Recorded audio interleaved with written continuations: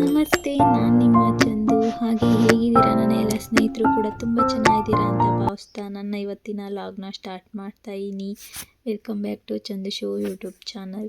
ಹಾಗೆಯೇ ಇವತ್ತು ಶನಿವಾರ, ಧನುರ್ಮಾಸ ಕೂಡ ಸ್ಟಾರ್ಟ್ ಆಗಿದೆ. ನಾನು ಕೂಡ ಪೂಜೆ ಮಾಡ್ತಾ ಇದ್ದೀನಿ ಧನುರ್ಮಾಸನ. ಹಾಗಾಗಿ ಇವತ್ತು 4:15 ಎದ್ದು ಸ್ನಾನ ಎಲ್ಲ ಮುಗಿಸ್ಕೊಂಡು ದೇವ್ರ ಪೂಜೆಗೆ ರೆಡಿ ಮಾಡ್ಕೊಳ್ತಾ, ಹಾಗೆ ಪೊಂಗಲ್ ಸಕ್ಕರೆ ಪೊಂಗಲ್ನ ರೆಡಿ ಮಾಡ್ಕೊಳ್ತಾ ಇದ್ದೀನಿ. ಹಾಗೆಯೇ ಎಲ್ಲ ರೆಡಿ ಮಾಡಿಕೊಂಡು ಪೂಜೆನೂ ಕೂಡ ಆಯಿತು. ನಾನು ಮಾರ್ನಿಂಗು ಮನೆಯೆಲ್ಲ ಕ್ಲೀನ್ ಮಾಡೋಕ್ಕೆ ಹೋಗೋದಿಲ್ಲ. ಹಾಗಾಗಿ ರಾತ್ರಿ ಊಟ ಆದಮೇಲೆ ಅಡುಗೆ ಮನೆ ಮತ್ತು ಹಾಲು ದೇವ್ರ ಮನೆ ಎಲ್ಲ ಕ್ಲೀನ್ ಮಾಡಿಕೊಂಡು ಮಾರ್ನಿಂಗು ಎದ್ದ ತಕ್ಷಣವೇ ಸ್ನಾನ ಮುಗಿಸ್ಕೊಂಡು ಪೂಜೆಗೆ ಮತ್ತು ನೈವೇದ್ಯಕ್ಕೆ ರೆಡಿ ಮಾಡಿಕೊಂಡು ಪೂಜೆ ಕೂಡ ಮುಗಿಸ್ದೆ. 5:30 ಆಯಿತು. ಮನೆಯಲ್ಲಿ ಪೂಜೆ ಮುಗಿಸ್ಕೊಂಡು ಈಗ ದೇವಸ್ಥಾನದ ಹತ್ರ ಹೋಗೋಣ.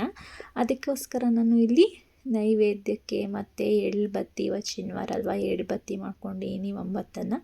ಹಾಗೆ ಒಂದು ದೀಪ, ಹೂವು, ಪೂಜೆಗೆ ಏನೇನು ಬೇಕೋ ಎಲ್ಲ ತೊಗೊಂಡಿದ್ದೀನಿ. ಬನ್ನಿ ಇವಾಗ ನಾವು ದೇವಸ್ಥಾನಕ್ಕೆ ಹೋಗೋಣ. ಇದು ಊರಿನ ಹೊರಗಡೆನೇ ಇದೆ ದೇವಸ್ಥಾನ.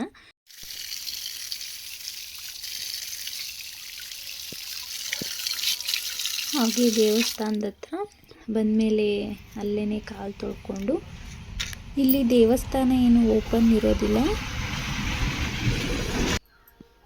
ಹಾಗಾಗಿ ನಾವೇ ಪೂಜೆ ಮಾಡಿಕೊಂಡು ಬರಬೇಕು. ಹೊರಗಡೆ ದೇವರ ಪಾದಗಳಿರುತ್ತಲ್ಲ, ಗದ್ದಿಗೆ ಇದೆ, ಅಲ್ಲೇ ಪೂಜೆ ಮಾಡಿಕೊಂಡು ಬರ್ತೀನಿ. ಹಾಗೆ ಎಳ್ಳುಬತ್ತಿನೂ ಕೂಡ ತಗೊಂಡೋಗಿದೆ. ಹಚ್ಚಿ ಅಲ್ಲಿ ಪೂಜೆನೂ ಕೂಡ ಮುಗಿಸ್ಕೊಂಡು ಇನ್ನು ಅರಳಿಕಟ್ಟೆ ಹತ್ರ ಪೂಜೆ ಮಾಡೋಣ ಅಂತೇಳಿ.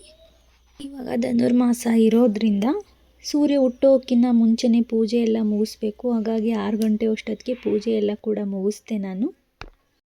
ಹಾಗೆ ಅಲ್ಲಿ ಪೂಜೆ ಮುಗಿಸ್ಕೊಂಡು ಇನ್ನು ಶನಿ ಮಹಾತ್ಮನ ದೇವಸ್ಥಾನದ ಹತ್ರ ಬಂದು ಒಂದು ಸ್ವಲ್ಪ ಹೊತ್ತು ಕೂತ್ಕೊಂಡು ಆಮೇಲೆ ಮನೆ ಹತ್ರ ಬರ್ತೀನಿ ನಾನು. ಹಾಗೆಯೇ ದೇವಸ್ಥಾನಕ್ಕೆ ಹಚ್ಕೊಂಡು ಇರ್ತೀವಲ್ಲ ದೀಪನ, ಅದನ್ನು ತೊಗೊಂಡು ಬಂದು ಹಾಗೆಯೇ ಆರಿಸೋದಿಲ್ಲ, ತಂದು ದೇವ್ರ ಮನೇಲಿ ಇಡ್ತೀನಿ ದೀಪನ. ಹಾಗೆ ನಮ್ಮ ಮನೆಯಲ್ಲಿ ನಮ್ಮ ಅಮ್ಮ ಏನೂ ಮಾಡ್ತಾ ಇರಲಿಲ್ಲ. ನಮ್ಮ ಮನೆಯವರಮ್ಮ ಏನು ಧನುರ್ಮಾಸ ಎಲ್ಲ ಏನು ಮಾಡ್ತಾ ಇರಲಿಲ್ಲ. ನಾನು ಎಲ್ಲಿ ಮಾಡೋದು ಕಲಿತೆ ಅಂದರೆ, ಅಮ್ಮ ಮನೇಲಿ ಅವ್ರು ಮಾಡ್ತಾಯಿದ್ರು, ಅವರು ಮಾಡಲಿಲ್ಲ ಅಂದರೆ ನಾನು ಮಾಡ್ತಾಯಿದ್ದೆ. ನಾನು 8th ಇದ್ದಾಗಲೇ ಧನುರ್ಮಾಸ ಮಾಡೋದನ್ನ ರೂಢಿ ಮಾಡ್ಕೊಂಡ್ಬಿಟ್ಟಿದ್ದೆ ಅನ್ಸುತ್ತೆ. ಅವ್ರು ಮಾಡ್ತಿದ್ರೆ ನಾನೇ ಮಾಡ್ತಾಯಿದ್ದೆ. ಹಾಗಾಗಿ ಅದೇ ರೂಢಿಯಾಗಿ ಇವಾಗ ಮನೆಯಲ್ಲಿ ಇಲ್ಲೂ ಕೂಡ ನಾನೇ ಧನುರ್ಮಾಸ ಮಾಡ್ತಾಯಿದ್ದೀನಿ. ಅದೇ ರೂಢಿಯಾಗಿದೆ. ಮಾಡಿದ್ರೆ ಏನೋ ಒಂಥರ ಸಮಾಧಾನ, ನೆಮ್ಮದಿ. ಧನುರ್ಮಾಸ ಪೂಜೆ ಮಾಡಲಿಲ್ವಲ್ಲ ಅಂತ ಅದೇ ಮನಸ್ಸಿನಲ್ಲಿ ಕೊರಿತಾ ಇರುತ್ತೆ ಇಲ್ಲ ಅಂದರೆ. ಹಾಗಾಗಿ ನಾನು ಧನುರ್ಮಾಸ ವರ್ಷವೂ ಕೂಡ ನಾನು ಎಷ್ಟಾಗುತ್ತೋ ಅಷ್ಟು ದಿನಗಳ ಕಾಲ ಧನುರ್ಮಾಸ ಪೂಜೆಯನ್ನು ಕೂಡ ಮುಗಿಸ್ತೀನಿ. ಹಾಗೆಯೇ ಇವಾಗ ತುಂಬ ಚಳಿ ಇರೋದ್ರಿಂದ ನಾನು ಸ್ವೆಟ್ರು ಏನೂ ಹಾಕ್ಕೊಂಡು ಹೋಗೋದಿಲ್ಲ ದೇವಸ್ಥಾನಕ್ಕೆ ಪೂಜೆ ಮುಗಿಯೋವರೆಗೂ, ಸ್ನಾನ ಆದಮೇಲೆ. ಹಾಗಾಗಿ ತುಂಬ ಚಳಿ ಆಗ್ತಾಯಿತ್ತು. ಇವತ್ತು ಬಂದು ಸ್ವಲ್ಪ ನೀರನ್ನ ಬಿಸಿ ಮಾಡಿಕೊಂಡು ಕುಡಿದ್ಬಿಟ್ಟು ಆಮೇಲೆ ಕೆಲಸ ಮಾಡ್ಕೊಳ್ಳೋಣ ಅಂತೇಳಿ ಮಾಡ್ಕೊತೀನಿ. ಇವತ್ತು 3rd ಸ್ಯಾಟರ್ಡೇ ಇದೆ. ಪೇರೆಂಟ್ಸ್ ಮೀಟಿಂಗು ಕೂಡ ಹೋಗಬೇಕು. ನಮ್ಮ ಮನೇಲಿ ಆಫೀಸ್ಗೆ ಹೋಗೋದ್ರಿಂದ ನನ್ನನ್ನೇ ಹೋಗು ಅಂತ ಹೇಳ್ತಾಯಿದ್ರು ಇವತ್ತು. ಹಾಗೆ ಇವತ್ತು ತಿಂಡಿ ಏನು ಮಾಡ್ತಾಯಿದ್ದೀನಿ, ಚಪಾತಿ ಮಾಡ್ತಾಯಿದ್ದೀನಿ. ಹಾಗೆಯೇ ಅಡುಗೆ ಮಾಡೋದಕ್ಕೂ ಕೂಡ ಇಟ್ಕೊಂಡಿದ್ದೆ. ಒಂದು ಕಡೆ ರೈಸ್ ಮಾಡೋದಕ್ಕೆ ಇಟ್ಕೊಂಡಿದ್ದೀನಿ, ಚಪಾತಿನೂ ಕೂಡ ರೆಡಿ ಮಾಡ್ತಾಯಿದ್ದೀನಿ. ಇವತ್ತು ಸಾಂಬಾರು ಏನು ಅಂದರೆ ತೊಗರಿಕಾಳು ಸಾಂಬಾರು ಮಾಡ್ತಾಯಿದ್ದೀನಿ, ತರಕಾರಿ ಎಲ್ಲ ಹಾಕಿ. ಅಡುಗೆ ತಿಂಡಿ ಎಲ್ಲ ಮಾಡಿಕೊಂಡು ಪೇರೆಂಟ್ಸ್ ಮೀಟಿಂಗಿಗೆ ಹೋಗೋಣ ಅಂತ ಹೇಳಿ. ಹಾಗೆಯೇ ಸಾಗು ಮಾಡಿದ್ದೆ ಇವತ್ತು ಚಪಾತಿಗೆ ಕಾಂಬಿನೇಷನ್ ಆಗಿ. ಆಲೂಗೆಡ್ಡೆ ಮತ್ತು ಹಸಿ ತೊಗರಿಕಾಳನ್ನ ಹಾಕಿ, ಹಸಿ ಕಾಳು ತೊಗರಿಕಾಳು ಹಾಕಿದ್ರೂ ಕೂಡ ತುಂಬ ಚೆನ್ನಾಗಿರುತ್ತೆ. ಪೂರಿ ಚಪಾತಿಗೆ ಎಲ್ಲ ಮಾಡ್ಕೊಳ್ಬೋದು. ಹಾಗೆ ಮನೆಯಲ್ಲೂ ಅಡುಗೆ ತಿಂಡಿ ಎಲ್ಲ ಆದಮೇಲೆ ಅಡುಗೆ ಮನೆ ಎಲ್ಲ ಕ್ಲೀನ್ ಮಾಡಿ ಪೇರೆಂಟ್ಸ್ ಮೀಟಿಂಗಿಗೂ ಕೂಡ ಹೋದ್ವು.